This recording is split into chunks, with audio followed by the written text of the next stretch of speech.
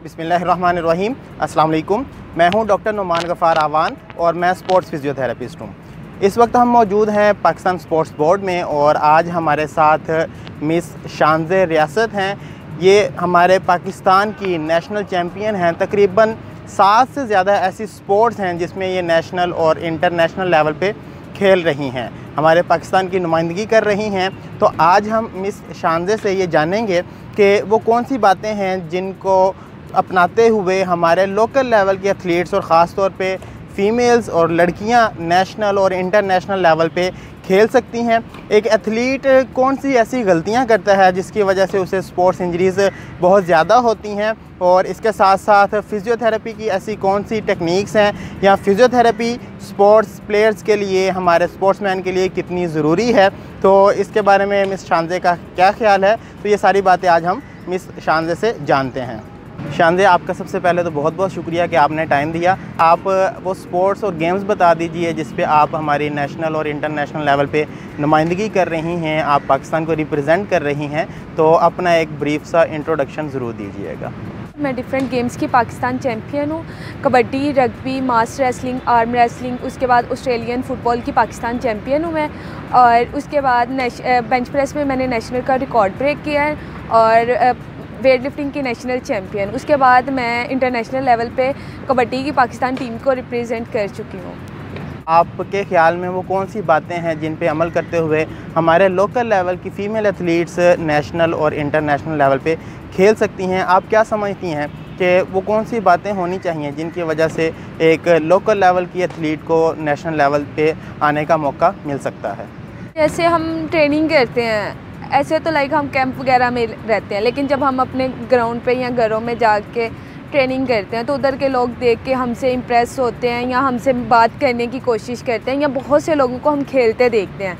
लेकिन अगर आप उनको खेलते देख रहे हो, आपको लगता है कि इनमें टैलेंट है और ये ऊपर जा सकते हैं, तो आप उनको ज़रूर प्रमोट करें ताकि वो हमारे नेशनल और इंटरनेशनल लेवल के प्लेयर बन सकते हैं। और ऐसा ही मैं करती हूँ। मेरे साथ मैं ग्राउंड लेवल पे ट्रेनिंग करती हूँ और मेरे साथ बहुत से लोग अटैच होते हैं, और मैं बेसिक फ़ीमेल्स के लिए ओनली काम कर रही हूँ।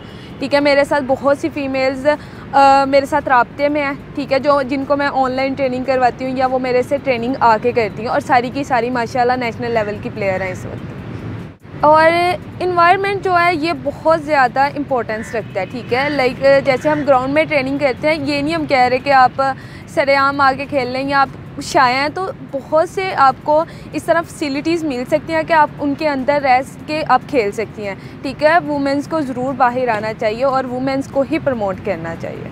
अच्छा शानज़े, आपके ख़्याल में वो कौन सी बातें हैं जिन पे हमारा लोकल एथलीट और ख़ास तौर पे फ़ीमेल एथलीट्स की हम बात कर रहे हैं तो वो अमल नहीं करती और उसकी वजह से उनको इंजरीज़ ज़्यादा हो जाती हैं? तो एक एथलीट किस तरह से अपने आप को इंजरीज़ से बचा सकता है? आपका इस बारे में क्या ख़्याल है? जितने भी एथलीट्स हैं, मतलब मोस्टली जो ग्राउंड लेवल से ऊपर आते हैं, उनको इतना नहीं स्पोर्ट्स का आइडिया होता और वो बस खेलते ही खेलते हैं। उन्हें अपने फिटनेस कंपोनेंट्स का आइडिया बिल्कुल भी नहीं होता कि हमें उनके ऊपर काम करना चाहिए।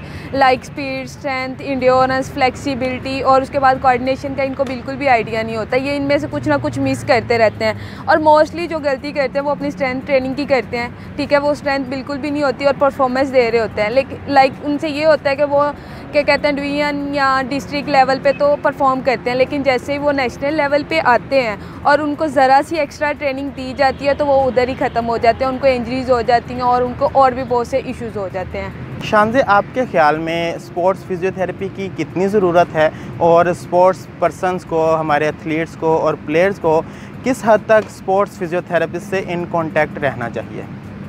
तो मेरे ख्याल से जो फिजियोथेरेपिस्ट हैं हमारे स्पोर्ट्स के, ये तो बहुत ही ज़्यादा इम्पोर्टेंस रखते हैं। ठीक है, प्लेयर्स हैं लाइक हम हैं, और हमने अगर हमें कोई प्रॉब्लम होनी है, जाहिर सी बात है प्रॉब्लम होनी है, जैसे हमने कोई एक्सरसाइज चेंज करनी है या कोई एक्टिविटी चेंज करनी है, हमें किसी ना किसी मसल्स में कोई ना कोई इशू होना है। ठीक है, अगर हमारे पास कोई ना कोई ऐसा बंदा होना चाहिए जिससे हम वो शेयर कर सकें।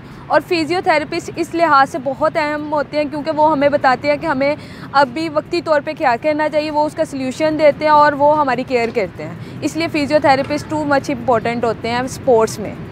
बहुत बहुत शुक्रिया कि आपने टाइम दिया और इतनी कीमती बातें हमें बताई, और मुझे भरपूर यकीन है कि हमारे देखने वालों को और हमारे जो एथलीट्स हैं उनको इससे बहुत फ़ायदा होगा। तो आपका बहुत बहुत शुक्रिया।